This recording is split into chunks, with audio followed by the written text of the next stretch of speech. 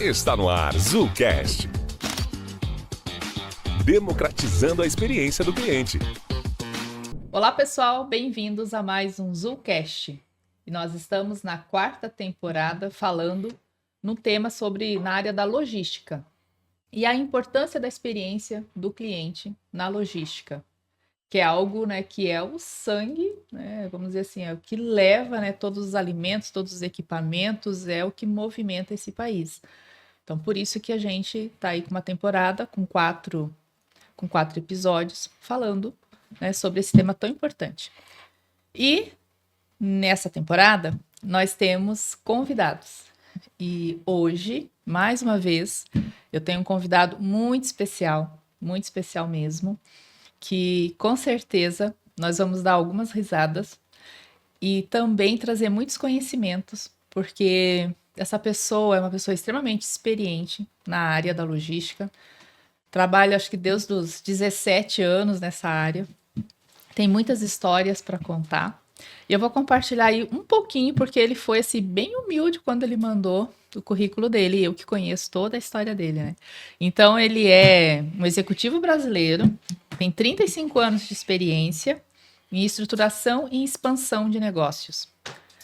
Ele possui, né, um intenso histórico na liderança de operações e desenvolvimentos da área logística, desde portos, na ferrovia, na parte também do transporte rodoviário. Cara, andou e ele tá lá metido no meio, né?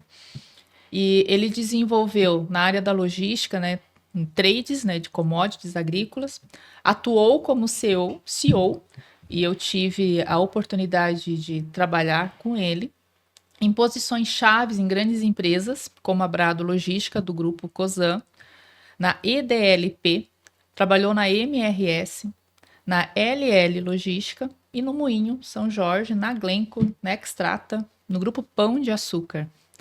Entre 2006 e 2015, ele empreendeu, né, como sócio fundador da M Saraiva, teve, né, seu próprio terminal de líquidos e outros negócios também. E ele foi CEO da Brado por 4 anos, só que ele atuou quase 9 anos, porque ele foi um dos responsáveis, ele entrou como diretor de operações, depois atuou como mais ainda, né, operações e comercial, e foi uma das pessoas que teve um papel fundamental para a virada de chave da Brado e ela entregar todo o resultado que vem entregando aí nos últimos anos. Sua experiência abrange, né, desde a criação de departamentos estratégicos até a gestão de operações logística comerciais com uma forte atuação em pessoas. Ele é uma referência para mim, porque ele se conecta, é um cara extremamente carismático. E ele está baseado hoje em São Paulo, Curitiba e Rio de Janeiro. Aproveitando que ele está em Curitiba, ele veio fazer essa participação. Estou falando do Marcelo Saraiva, um grande amigo e uma grande pessoa que eu admiro. Bem-vindo, Saraiva. Ô, Zuzu, bem-vindo.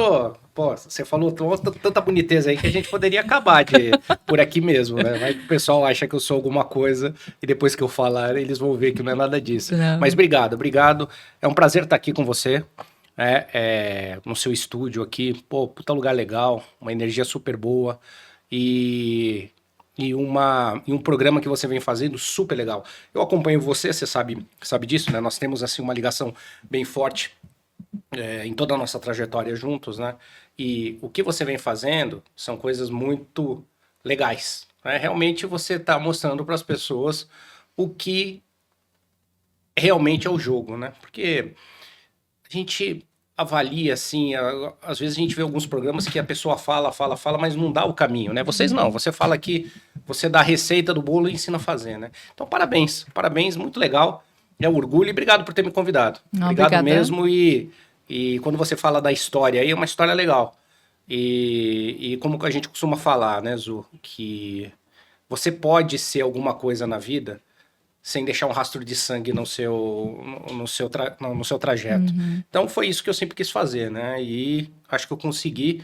E continuamos, né? Porque eu não parei no meu último trabalho aí com a Brado. Agora eu tô com outras coisas e assim sucessivamente, né? Porque também ficar em casa de chinelo não dá, né? Não, Mas obrigado. sempre em movimento. E até, né, Marcelo, para inspirar as pessoas que estão nos ouvindo, eu gostaria que você contasse um pouquinho, assim, da tua história lá atrás.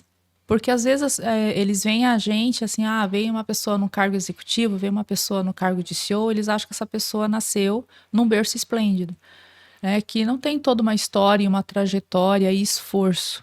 Né? E eu vejo que hoje tem muita gente que chega para trabalhar e já quer ser diretor, já quer ser, né, um CEO, quer só o resultado, mas todo o trajeto essa pessoa não curte, né? E muitas vezes eles pensam que você nasceu um berço esplêndido e, né, com toda a oportunidade para já virar CEO. Então, por isso que eu conhecendo um pouco da sua história, se você permitir, né, eu gostaria que você falasse um pouco, até para inspirar outras pessoas que estão nos ouvindo, antes mesmo de entrar nesse tema da experiência da logística, mas você traz, né, esse assunto da experiência, porque eu falo que pessoas que têm boas experiências se tornam boas pessoas. E eu creio que você teve boas experiências na sua vida porque você se tornou uma ótima pessoa, né, Marcelo? Zu, tudo começou assim, eu falo que minha vida começou como uma bola, né? Uma bola porque eu fazia colégio público e lá com 12, 13 anos eu comecei a fazer aquelas aulas de educação física no colégio e comecei a jogar handball. E aí eu vi que eu era mais talentoso que os outros jogando handball. E aí nós tínhamos os clubes em São Paulo, eu nasci em São Paulo, fui criado em São Paulo, né? Nasci no Brooklyn, fui criado no Brooklyn. O engraçado, né? Quando você fala nasceu no Brooklyn, foi criado no Brooklyn. O Brooklyn hoje é um bairro chique, né? Mas na minha época era um bairro lá de classe média e eu era classe baixa, que tava lá meio intruso. Mas era um bairro legal. Então isso foi uma sorte na vida de eu ter convivido com pessoas boas. E aí eu estudava num colégio do governo, mas era um colégio no Brooklyn, que tinha bastante pessoas diferenciadas.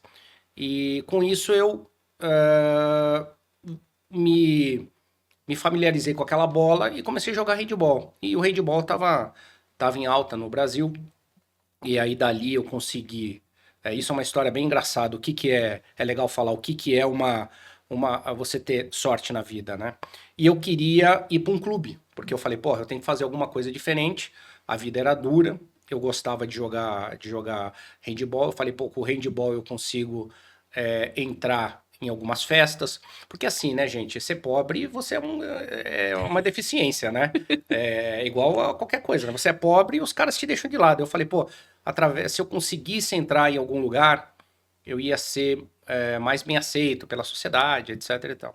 E na rua que eu morava, tinha uma parte pobre e tinha a parte rica. Tinha um cara lá que o pai dele tinha arrumado um teste para ele fazer no Clube Banespa. E eu tava lá com 13 anos, 12 anos, ele virou pra mim e falou assim: "Você não quer ir no Banespa comigo? Eu vou fazer um teste lá pro handball." Eu falei: "Vou." Daí eu pus um tênis, pus um short, cheguei lá. Os caras do Banespa olharam e falaram: "Não, nós vamos fazer a peneira, né, como fizesse a peneira para ele, né, que tinha o nome na lista." E eu fui entrar, o cara falou: "Ó, já que você não vai fazer nada, você ajuda a pegar a bola no saco, fazer as coisas, etc e tal." Daí eu fui lá ajudar. E no meio lá do treino, não tinha gente, o time não estava completo. Daí o treinador virou e falou: "Ô, você sabe jogar alguma coisa?" Eu falei: "Eu sei." Daí ele falou: "Entra aí para você fazer volume." E no final das contas voltamos para casa. Ele não aprovado e eu aprovado. Então você vê, é sorte na vida. Então daí eu comecei a jogar handball. Através do handball no Banespa, eu fui para a campanha Adote um Atleta no Pão de Açúcar. Então com 14 anos eu fui trabalhar no Pão de Açúcar com Adote um Atleta. Imagina a minha cabeça com 14 anos trabalhando, meus amigos tudo na folia e eu trabalhando. Mas aí eu comecei a ter muita sorte, né? Logo lá no Pão de Açúcar, eu fui para a linha da trading, né? Que era um negócio que ninguém conhecia. E aí eu fui me familiarizando do que era uma trading. Consegui lá dentro do Pão de Açúcar, eles me pagaram uma bolsa de estudo para eu falar inglês. E eles me pagavam colégio, me pagaram faculdade no Pão de Açúcar. Eu tenho um arrependimento que eu não consegui agradecer ao Abílio Diniz.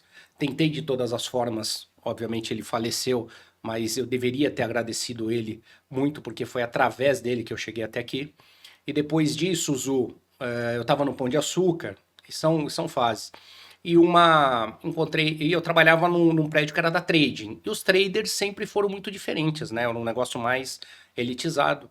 E tinha um cara lá que eu tenho um agradecimento enorme por ele, que é o João Batista. Ele olhou para mim e falou: fiquei sabendo que você é um atleta aqui do grupo, você só joga handball? Eu falei: não, eu jogo qualquer coisa, né? Ele falou: a gente joga vôlei aqui e eu queria te chamar, né? Porque falta gente. Eu falei: tá bom, era um de um outro andar. Eu fui jogar vôlei com esses caras da trading e quando apareceu esse João Batista, que é um cara famosíssimo, um dos maiores traders do Brasil e mesmo do mundo, que o cara é reconhecido mundialmente, né?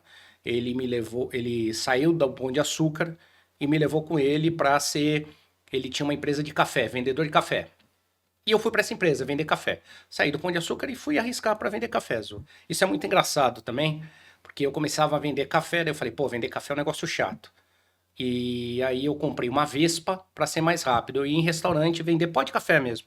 E um dia eu passei na Avenida Paulista e vi o prédio da Caixa Econômica Federal. Eu falei: nossa, aí deve tomar café, né? Daí eu chego lá, aí tinha aquele andar, tinha as tias, né? Ali, aquelas tias. Daí, tudo bem, vocês tomam café? A gente toma bastante. Como que eu faço para entrar aqui para vender para vocês? Ah, tem que entrar numa concorrência, etc e tal. Mas quantos quilos vocês consomem? Daí a tia lá falou: não, a gente consome tipo 5 caminhões por mês, porque os caminhões saem daqui, a gente compra por aqui e sai distribuindo. Falei: beleza, fui lá, peguei, entrei na concorrência e ganhei 5 caminhões por mês. Então, eu de vendedor comecei a ganhar dinheiro nessa época.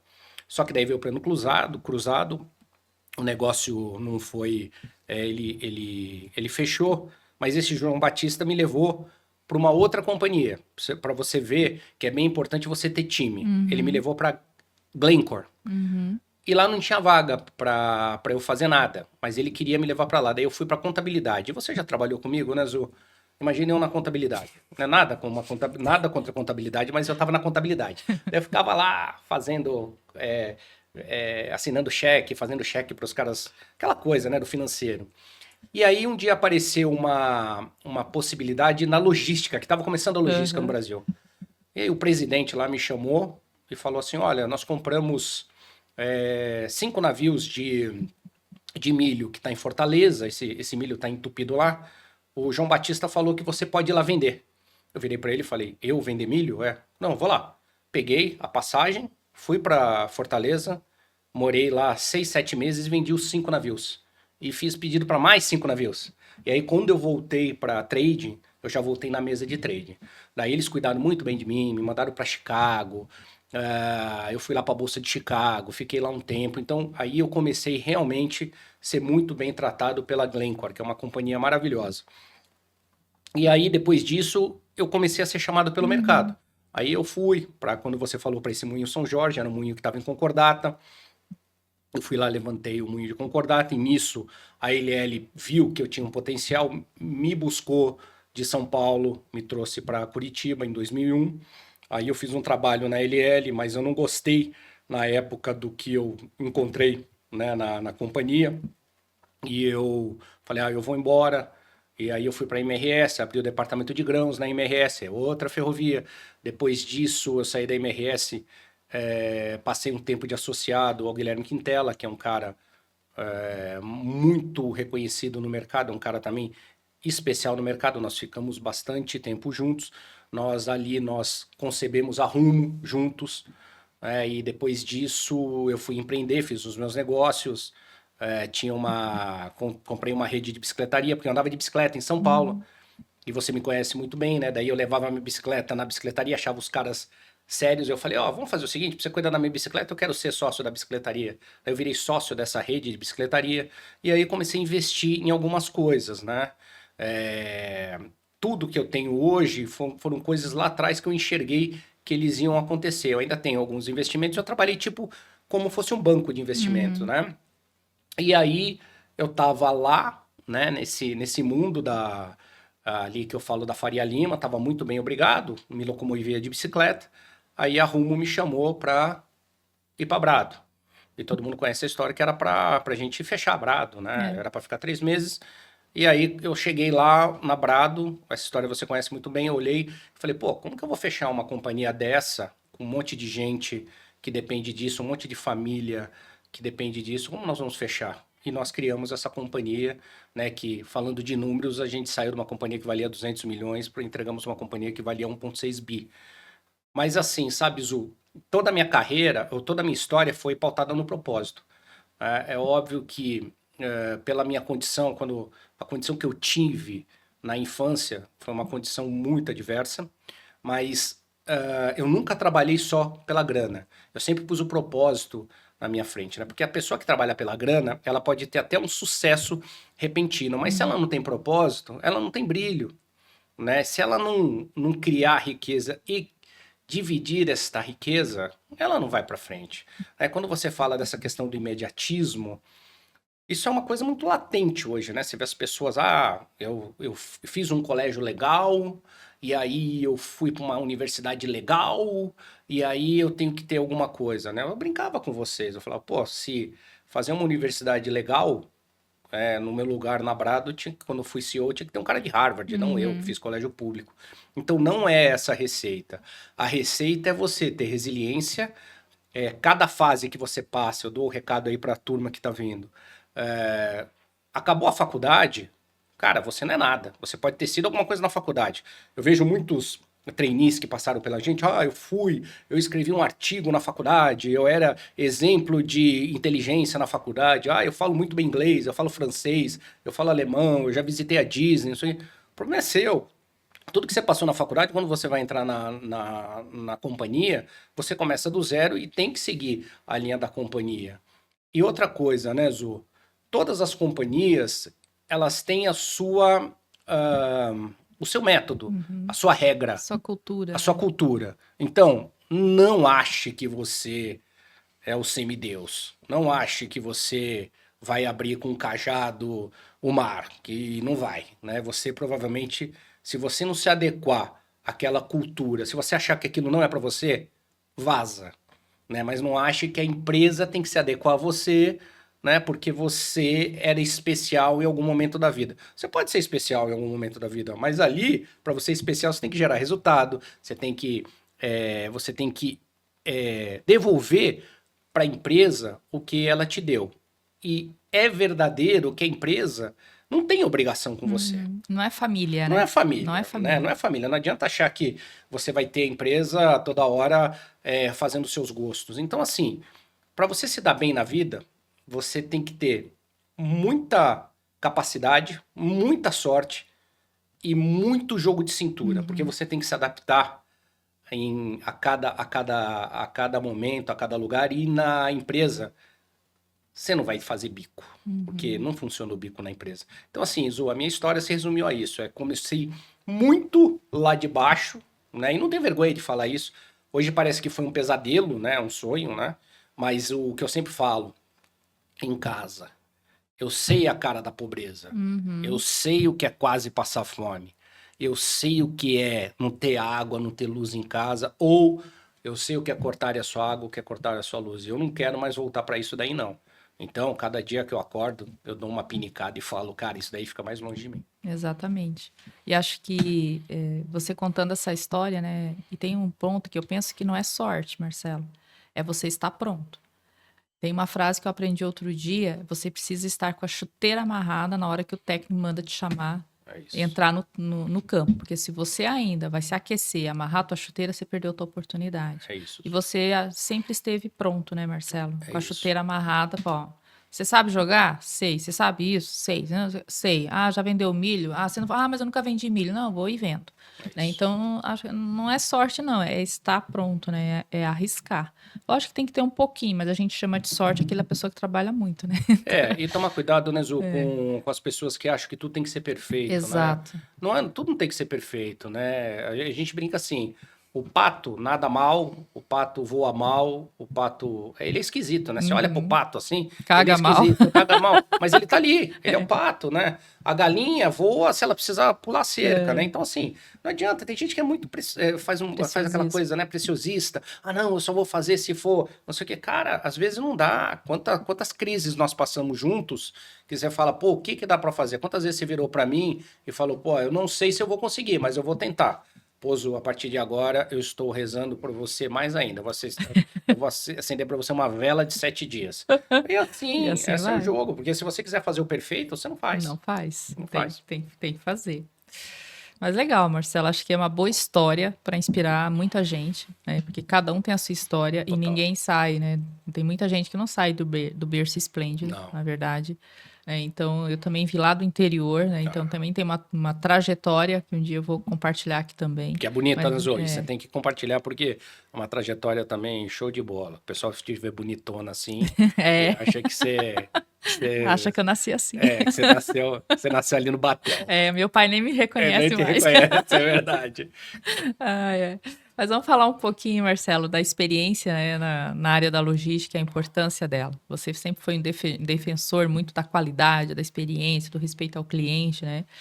E começar aqui com algumas perguntas para você, um bate-bola. Você já teve em diversas áreas da logística, né, Marcelo? E já deve ter visto, né, o setor passar por muitas transformações, né? Então, na sua experiência, né, o que mudou, né, no papel da logística em relação ao cliente ao longo desses anos?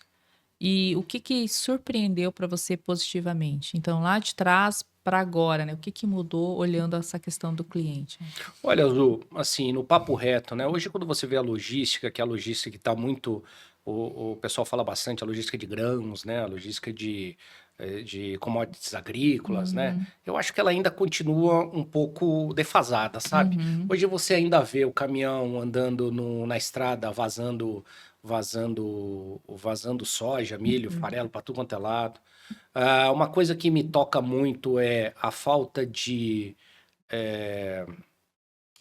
tratamento, de bom tratamento com o caminhoneiro, sabe? uhum, O caminhoneiro é tratado ainda como um ser invisível, né? O caminhoneiro é muito parecido hoje com a tia do café, né? Que você só sabe se ela não apareceu porque não tem café, né? Você não sabe nem o nome dela, né? uhum, Então isso é muito ruim. E na logística, eu acho que todo mundo fala a pujança da logística, mas ela ficou lá no campo, que eu acho, porque os nossos produtores são muito competentes, e cada vez mais eles estão mais plugados. Eles tomaram o cuidado de botar os filhos que serão sucessores em universidades muito boas, gastaram dinheiro na educação desses filhos e eles estão muito preparados. Então, na parte de campo, eu acho que o Brasil é uma das potências mundiais, porque o produtor fez a lição de casa. Já na parte do campo para o porto ou para o mercado interno, continua a mesma coisa. Se você pegar lá, a única coisa que eu acho que cresceram foram as estradas, né? Que elas ficaram mais seguras, os caminhões estão mais confortáveis, mas o tratamento com os caminhoneiros é uma coisa que me chama atenção. Tanto me chama atenção que você sabe muito bem que eu tenho um projeto, eu tenho uma rádio, tenho algumas rádios FMs, que eu tento colocar o caminhoneiro no uhum. centro do meu negócio, né? Porque eu acho que eles devem ser bem tratados. Então aí vai, campo muito legal, meio aqui do mesmo jeito, tá? Ainda bastante duro para quem faz essa linha. Então, se tá duro aqui não tem qualidade, a gente sabe, a gente já viu até alguns operadores, além deles quererem tirar tudo que eles podem do caminhoneiro, eles às vezes falam muito de responsabilidade social e pega aquele caminhão que não tem nem freio, né? A gente viu essa semana o que aconteceu no caminhão que virou ali de container aqui numa das Uma estradas que tragédia, né? matou algumas pessoas. Então ali, pô, o caminhão perdeu o freio. E aí? Por que o caminhão perdeu o freio? Porque o caminhoneiro está sendo espremido. Então, ou ele come, ou ele compra remédio, ou ele bota o freio no caminhão. Não é desculpa, tá, Zoom? Mas eu falo assim, Uhum, esse meio aqui tá muito duro. E a parte portuária do Brasil, é, eu às vezes fico pensando que o porto deveria ser alguma coisa de segurança nacional. E não é. Né? Quando você vai, a gente que conhece todos os portos do Brasil, você vai em Santos, hoje está plugado. Você uhum. vai em Paranaguá, está Tá plugado. plugando. Você vai no Rio de Janeiro, Navegantes tá ele plugado. tá plugado. Você vai para o Rio de Janeiro, ele é aquela coisa. Você vai lá para Sepetiba, ele funciona, né? Você vai para Vitória. Então, assim, a qualidade da logística hoje, se você me perguntar a qualidade para o cliente, não é boa, não. Não é Mas boa, é não. porque já começa desde da qualidade com relação às pessoas, né, Marcelo? Então, Exatamente. o funcionário, o colaborador, que nesse caso é o motorista, ele já não tem uma boa Já não experiência. tem uma boa experiência. Então, ele também não vai dar essa boa Não vai dar experiência, boa experiência. que impacta lá no cliente na ponta final. Exatamente. Então, com isso, né, Zu, quando você. Acho que isso daqui seria, se a gente pegasse e condensasse em uma pílula, daria a pílula da má qualidade é igual à falta de rentabilidade do negócio. Porque toda essa má qualidade que eu estou falando que existe, o que o produtor faz de bom quando recebe a carga no porto, né, o porto não faz tão bem assim. Então, quando a gente fala de qualidade, Zu, a qualidade ela deveria pegar tudo isso, porque qualidade é igual a dinheiro no bolso. Né? A qualidade nada mais é, e você sabe muito bem, muito melhor que eu, que é um processo bem adequado. Exatamente. Respeitando toda a cadeia, né? E igualando a cadeia, igualando o jogo em toda a cadeia. Não adianta o porto ter uma regra, o meiuca tem uma regra e o produtor tem uma regra. E hoje, quando você olha nesse mundo do agrobusiness, eu acho que o produtor ele está muito bem posicionado. Mas dali para frente, O escoamento não está, né? Na a mesma qualidade, velocidade. Né? E assim, tá piorando e vai piorar mais. Né? Eu vi uma vez eu tive uma reunião com um cara que foi trainee comigo lá na Glencore, e ele foi secretário de desenvolvimento do estado de São Paulo, e essa frase é dele: o porto deveria ser tratado como como um problema federal, porque do jeito que tá, Azul, vai plugar. E se plugar, um dos maiores geradores de riqueza do Brasil, que é a movimentação portuária, ele vai acabar. Então, assim, qualidades hoje ninguém vê. Muita gente fala. Mas ninguém faz. Ninguém faz. E quando você entra nesse mundo corporativo, você vê assim que falam pra caramba, mas não fazem, né? Então assim, vamos fazer isso daí, vamos botar ali nós temos que fazer isso daqui. Mas quanto custa? Não tá no orçamento, então arranca aquela boniteza. Mas peraí, mas aquilo não é uma boniteza, aquilo é o que tem que fazer. Então assim, qualidade tá muito aquém do que deveria, Zu. Essa é a minha opinião. E quando você fala de plugar, já pluga, né, Marcelo? Já tá Chove plugado. 3 dias em Santos, já pluga tudo. Né? Já pluga tudo. Para tudo e daí vem, né, o efeito cascata, né? O efeito cascata, que aí precisa voltar, né? Quase que um retrocesso, parece que até a soja ou o milho ou o produto ele precisa voltar lá para a fazenda, né? Exatamente. Porque não tem capacidade de escoar e isso impacta na qualidade, isso impacta na experiência do cara que está comprando lá fora, né? E falando um pouco também de mercado interno, isso impacta diretamente também. Total. Né? Concordo. Total. E aí, olha só, e a logística ela é muitas vezes lembrada, e você vem falando, né, Marcelo, pela complexidade e pelas operações nos bastidores. Porque se fala de logística, mas poucas pessoas, né? Só quem está na área mesmo, ela entende o bastidor do que é chegar o iogurte na gôndola, do que é aquele produto que você compra no Mercado Livre, em um dia, no outro ele está lá. Né? Existe um processo, não tem um portal mágico que faz isso, né, Marcelo? Então, assim, agora, como transformar tudo isso, né? Falando em uma boa experiência para o cliente, falando agora, né? Agora está vindo aí a Black Friday, por exemplo. Então, o pessoal fica ali tarado olhando a Black Friday, comprando não sei quantos pedidos por minuto. E aí tem toda uma logística por trás disso. E só quem trabalhou na área sabe que é um moedor de carne. Né? É um moedor de carne. Você precisa entregar, você precisa fazer, e você trabalha 24 horas, 48 horas sem dormir. Que eu já fiz isso muitas vezes, você também, né, Marcelo? Agora, como, né? Algumas mudanças, né? Como que a gente pode transformar isso e o cliente perceber essas mudanças e ter uma experiência melhor? Porque eu vejo que no e-commerce eles acham que até vem tendo isso, né? Só que por trás disso existe, né, todo um bastidor. Eu não sei se eu consegui ser clara aí na minha pergunta. Não, sim, Zu. Eu acho que o e-commerce ele cresceu muito, né? Quando você fala hoje de Mercado Livre, né? Todo mundo fala do Amazon, né? Fala Amazon. Não, eu falo do Mercado Livre, porque eu uso o Mercado Livre. Outro dia eu tive até uma experiência, eu tinha que comprar eu tava num apartamento de São Paulo, a minha mãe mora lá, minha mãe é uma senhora de 81 anos, e quando eu vou lá tem sempre alguma coisa que tem que fazer, tem que comprar.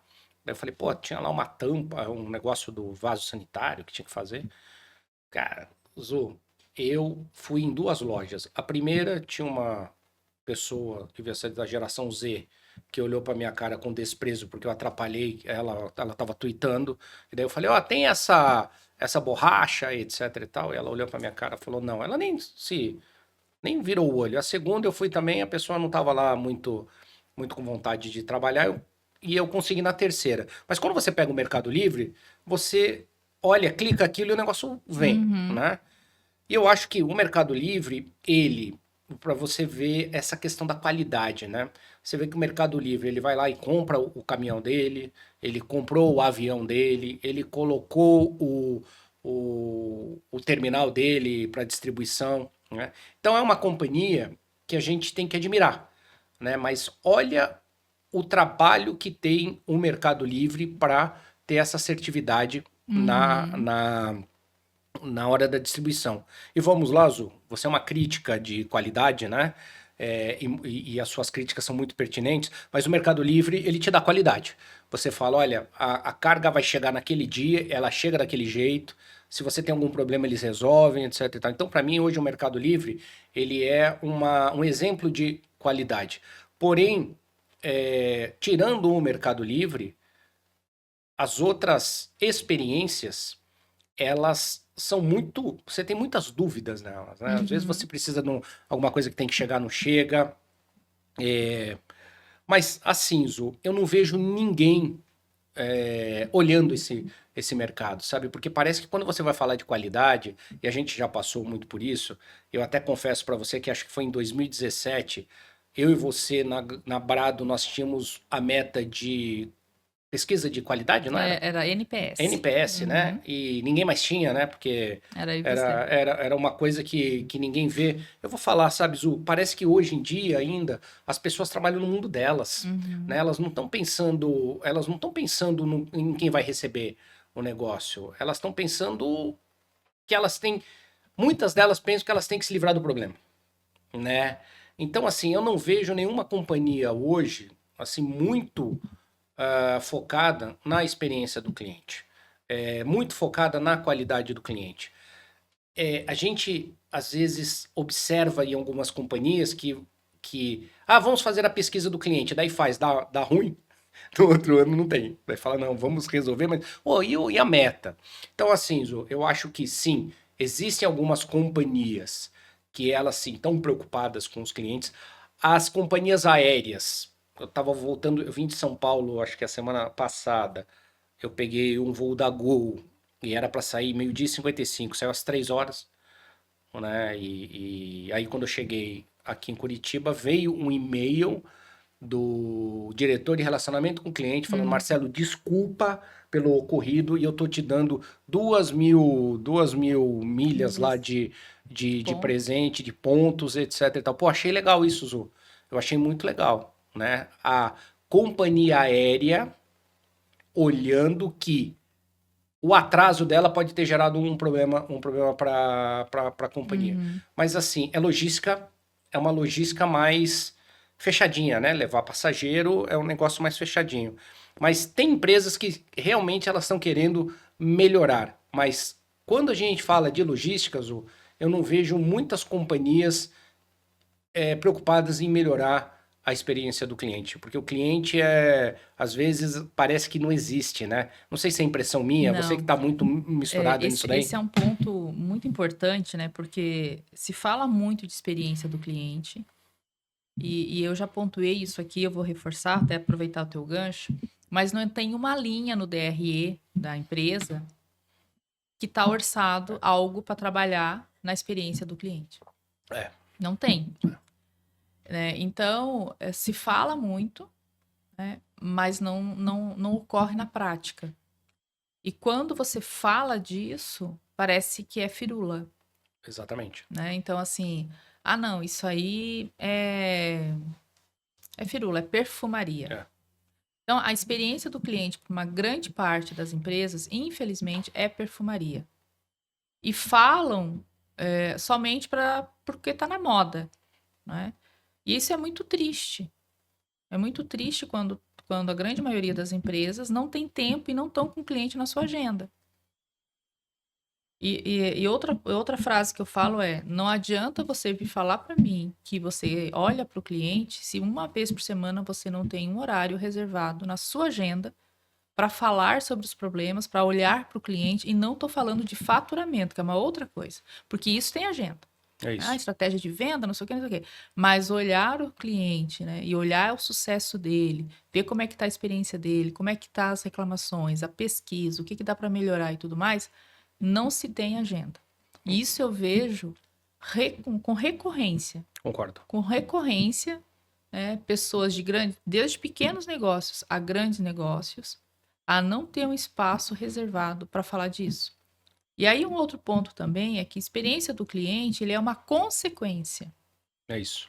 Tem gente que acha que a experiência do cliente é mandar um presentinho no dia do cliente, ou é dar desconto no dia do cliente, ou é mandar um kit no Natal. Exatamente. Não é.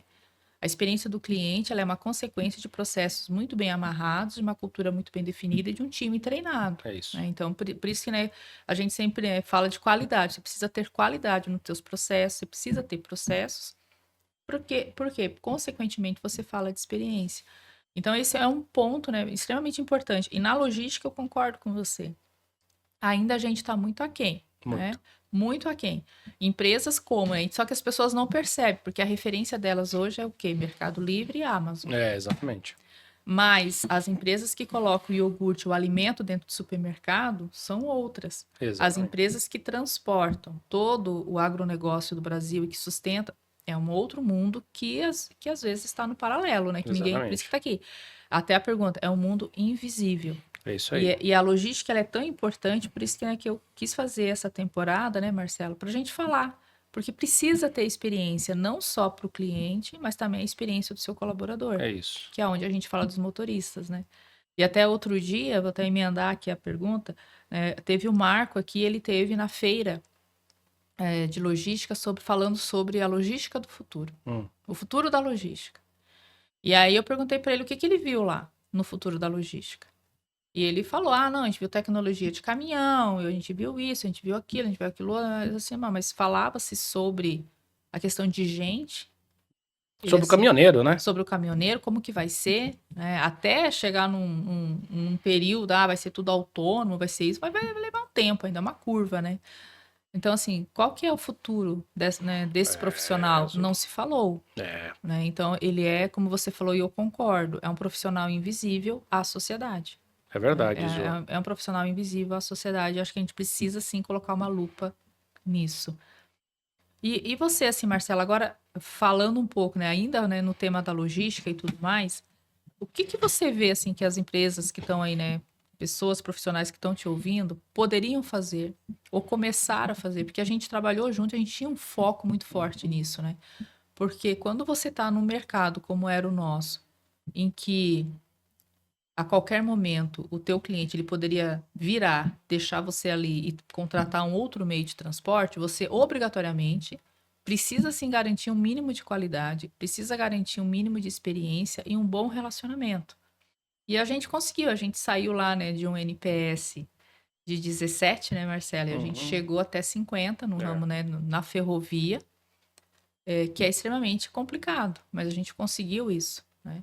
E alguns segmentos até mais, né, Marcelo? Mas, né, na média lá a gente ficou com NPS de 50. Como que você vê, né? Quais são e a gente trilhou esse caminho. Agora, quais são as dicas que você dá para um cara que está lá, né, no meio desse moedor de carne, no campo da logística, e que quer fazer isso, né? Olhando como empresário, olhando como um CEO. Zu, eu acho que primeiro as pessoas que estão inseridas nesse mercado, elas têm que também fazer uma análise de o que incomoda elas. Né? Por exemplo, todas essas pessoas, elas são tomadoras de serviço. E às vezes elas têm que interagir com o fornecedor de serviço. E às vezes elas ficam bravas. Porque como eu brinco, né? Não sei se pode falar nomes aqui, mas não tem a maior tortura da vida do que você ligar pra net. Né? Você liga pra net ali, é uma tortura. A última vez que eu liguei pra net, além de eu não conseguir baixar meu plano, a moça me botou na minha conta como chama? Um celular.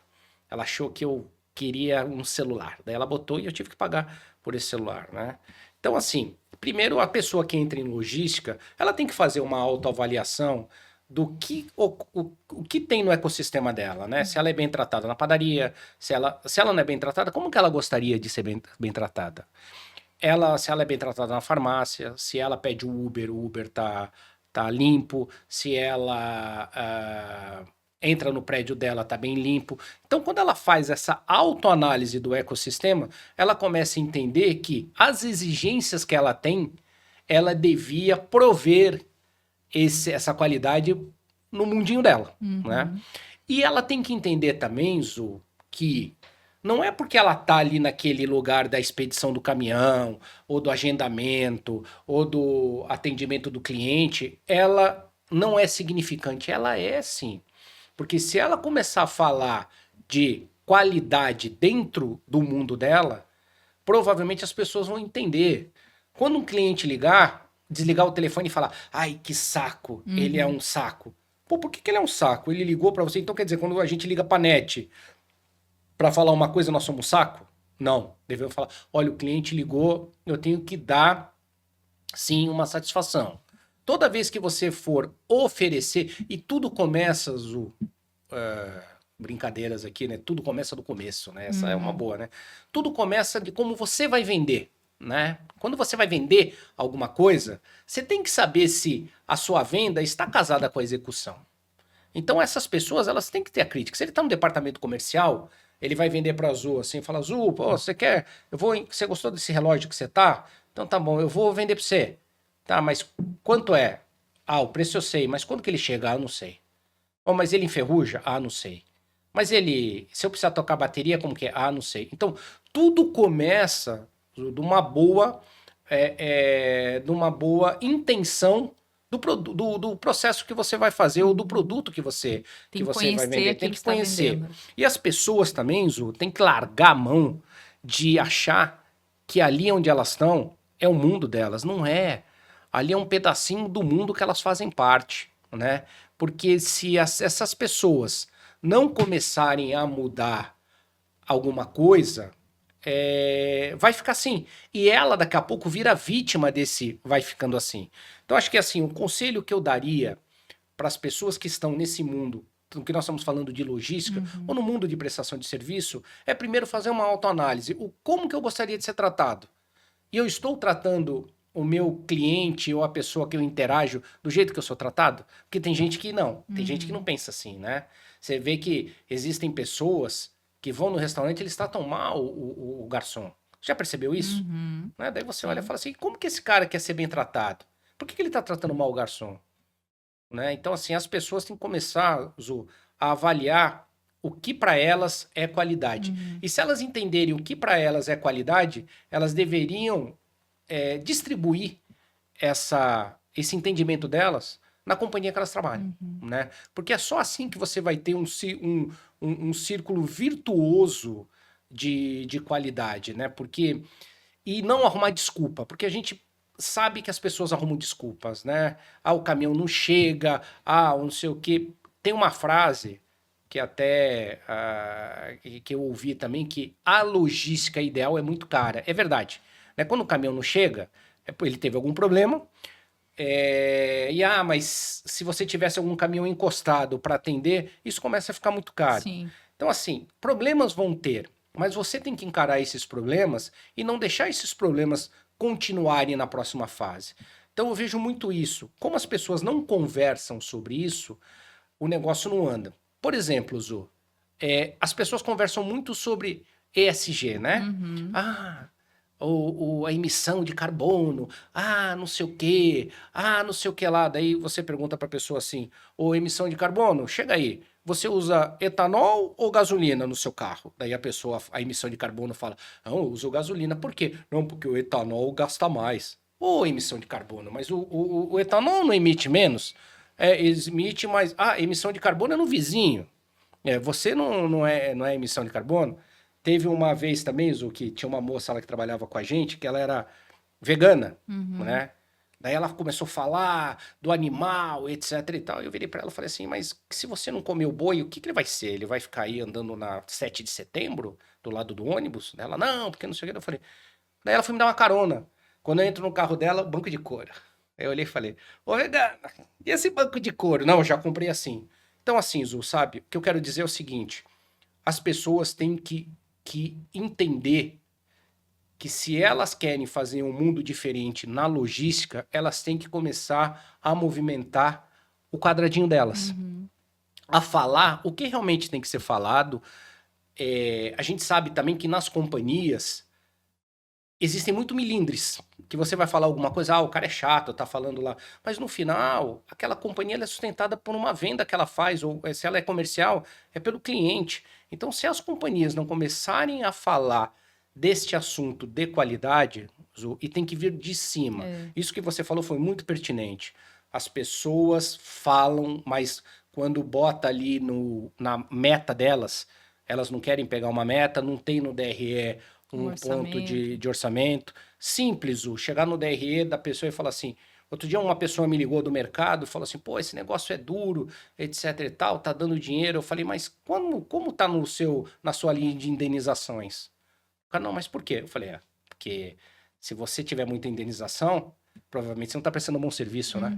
E as pessoas não discutem, sabe? Então, meu conselho é, se você realmente acredita nisso que nós estamos falando, se você realmente acha que a qualidade tem que ser bem colocada no dia a dia de uma companhia, fale sobre, cobre sobre. Cobre que nem muitas companhias cobram sobre LGPDI a mais, né? LGPD. Cobra isso, né? Que realmente não tem que falar, não tem que fazer, não tem que fazer piadinha, não tem que fazer. Então, além disso, que é uma coisa que funcionou, que realmente a cultura das companhias estão respeitosos, por que você não vira uma companhia respeitosa com o seu cliente? Exatamente. Né? Então, assim, vamos tocar nos assuntos também que são pertinentes para a companhia, que são importantes também. Então, assim, vamos lançar uma hashtag respeitosos com seus clientes, né? Você pode não acertar toda vez, mas você vai tentar acertar e vai conversar sobre. Eu acho assim, resumindo, tem que ter mais conversa e mais boa vontade nessa relação, né? Porque tem coisas assim que a gente já viu coisas de compliance, que você vai no compliance e fala da pessoa e nada acontece.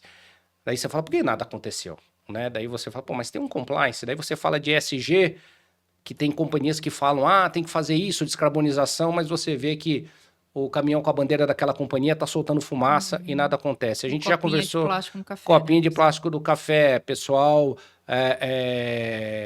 fazendo barbaridades dentro da companhia. Então, assim, eu acho que as pessoas têm que começar a olhar o que é qualidade para elas e, com isso, elas disseminarem no ecossistema delas, sabe, Zu? Que isso impacta na experiência, Isso né, impacta na experiência. Isso impacta na experiência. Né? Sempre, eu vejo, o que você falou, é de cima para baixo. De cima para baixo. É de cima para baixo. Tem que ter isso na pauta, né? Precisa ter orçamento para fazer uma pesquisa, para fazer alguma ação, para melhorar um processo, para contratar uma consultoria.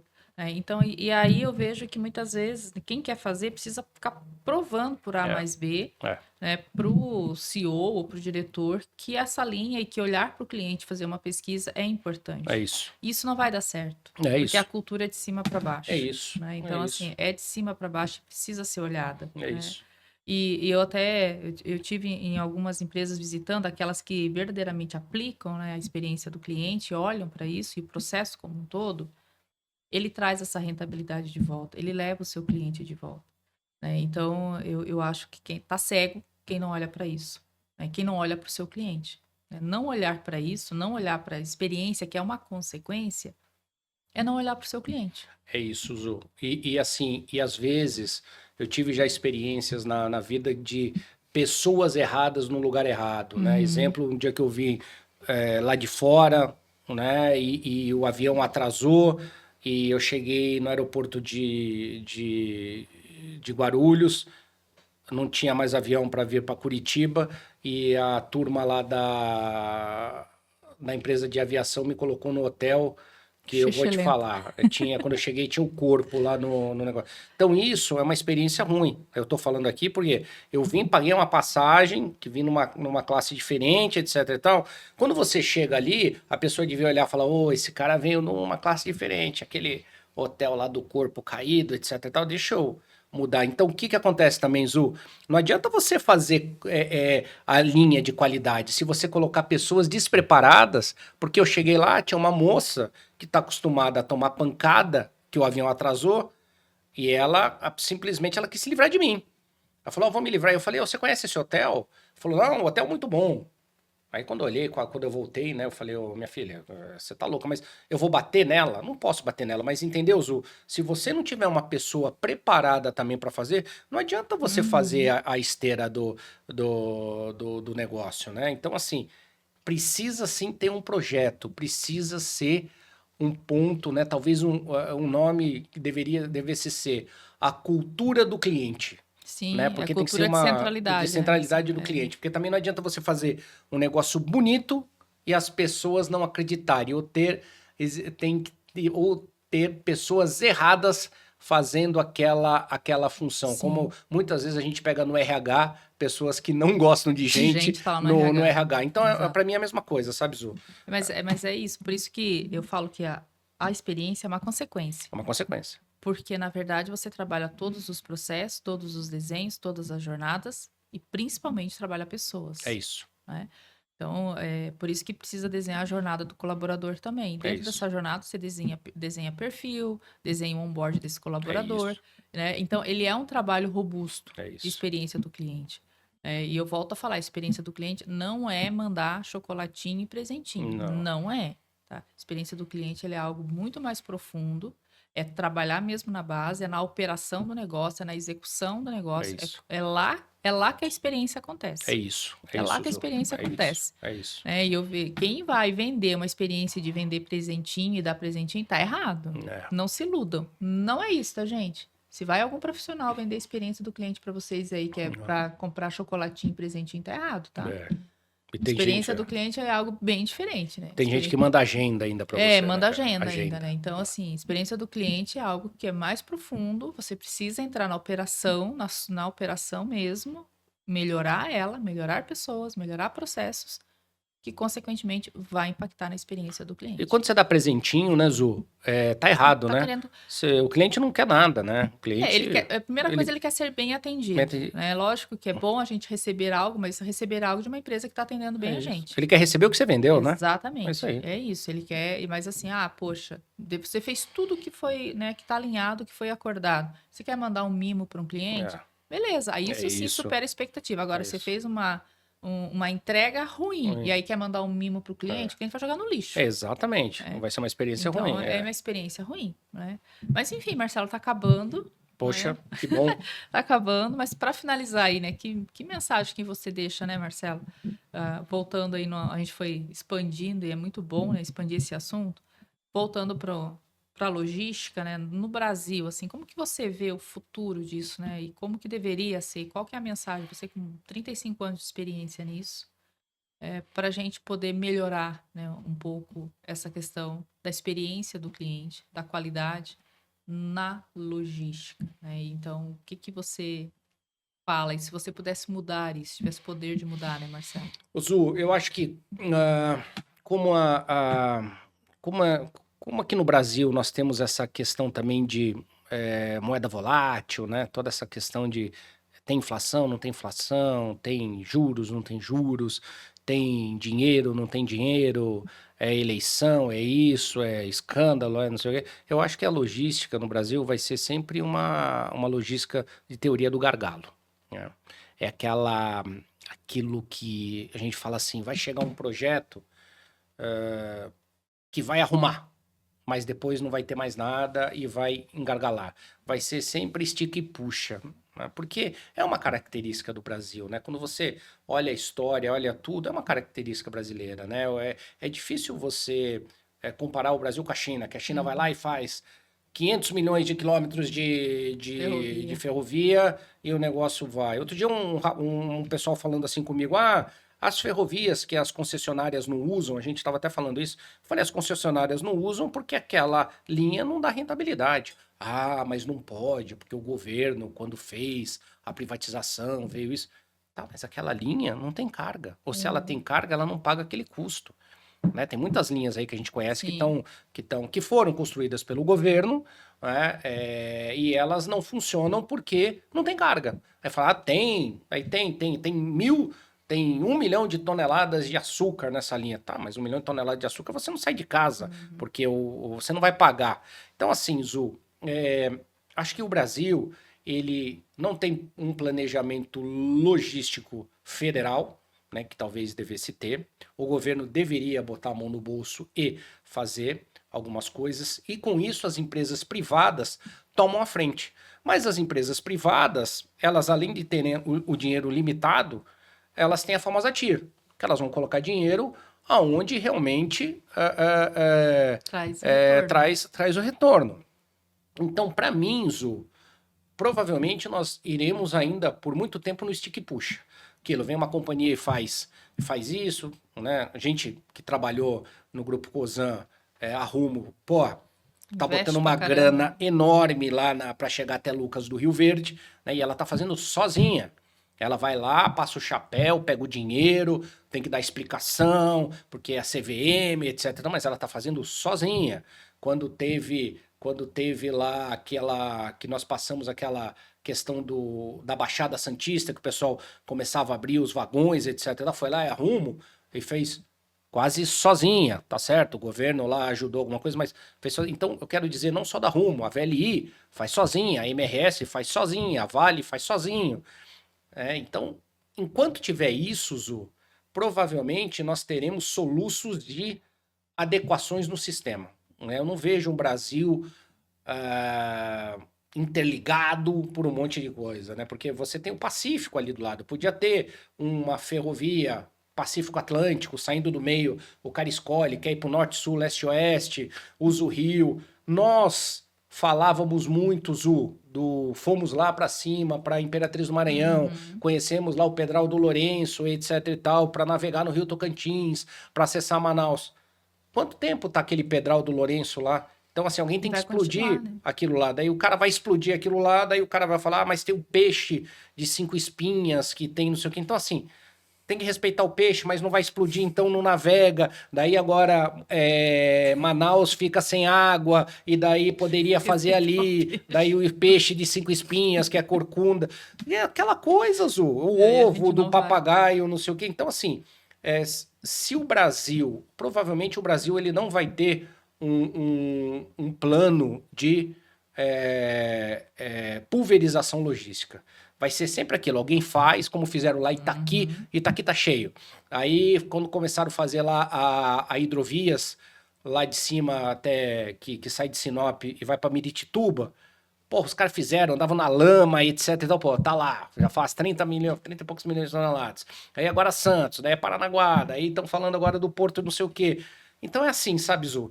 Então, Sempre vai estar cobertor sempre curto. vai estar com cobertor curto. Então, essa qualidade, a gente sempre vai brigar com isso, porque o Brasil Não tem é um capacidade. stick e puxa, né? O governo tem tanta coisa para fazer que ele não vai chegar e falar, eu vou fazer um plano nacional de desenvolvimento logístico, vou fazer 62 ferrovias, vou fazer 60... olha o tema lá da Ferrogrão, né? Que tá lá, vai passar no lugar. Então, assim, o Brasil é muito complicado. E eu não tô criticando, tá, Zu? Tô falando assim, que é muito complicado você fazer alguma coisa diferente, né? Porque às vezes parece que as pessoas querem, mas não querem. Daí aquela região, daí um puxa, não, mas tem aqui, mas na tua região não tem nada. Não, mas eu tenho que ter uma estrada. Então, assim, eu acho que vai ser muito stick e puxa. Eu não vejo muita diferença. Assim, vai crescer, porque as empresas privadas elas vão fazer. Estão colocando dinheiro, mas E só que assim, eu não tô criticando o governo, tá, Zu? Eu só tô falando que é muito duro você pegar um dinheiro e botar em algum lugar que deve... algum lugar para esperar florescer, né? Que é esse a questão do Brasil, né? que a área produtiva ela tem tecnologia, ela está aumentando. O Brasil ele é extremamente competitivo, Exatamente. né? Em produtividade, no desenvolvimento, né, do agronegócio, mas a logística não acompanha isso. Não, e não vai Né? acompanhar, Não né? vai acompanhar. Então a capacidade não tem, aí você impacta diretamente aonde? Né? Na experiência. Na do cliente. experiência e a experiência ruim, né? É a experiência ruim. É isso aí. Mas que bom, Marcelo. Te Obrigado, agradeço Zu. muito. Obrigada. Obrigado Acho que tem eu. muito aprendizado. Acho que esse episódio vai ser extremamente interessante. É uma aula, né? Uma aula aí para quem não conhece. Mas a gente vai finalizar por aqui. Te agradeço muito. Obrigado, Zu. Obrigado e parabéns aí pelo seu programa. Muito show. E você sabe que você é um orgulho pra gente. Valeu, Zu. Olá, pessoal. Olha só, finalizamos. Poderíamos ficar aqui umas 2 horas conversando. Então, eu peço, né, que vocês compartilhem esse episódio para quem gosta do assunto, para quem quer aprender mais, né, sobre a logística no Brasil. É um tema extremamente interessante, um tema extremamente importante. Então, compartilhe nas nossas redes sociais e fiquem com a gente, que nós teremos ainda, né, mais um episódio, né, sobre a experiência, né, a importância da experiência na logística, né? Ou a importância da logística na experiência do cliente, porque ele é um trocadilho, né? Porque para o cliente ter experiência, o produto precisa chegar, né, Marcelo? É isso aí. Então, fique com a gente e até a próxima. Você ouviu Zulcast, democratizando a experiência do cliente. Até o próximo episódio.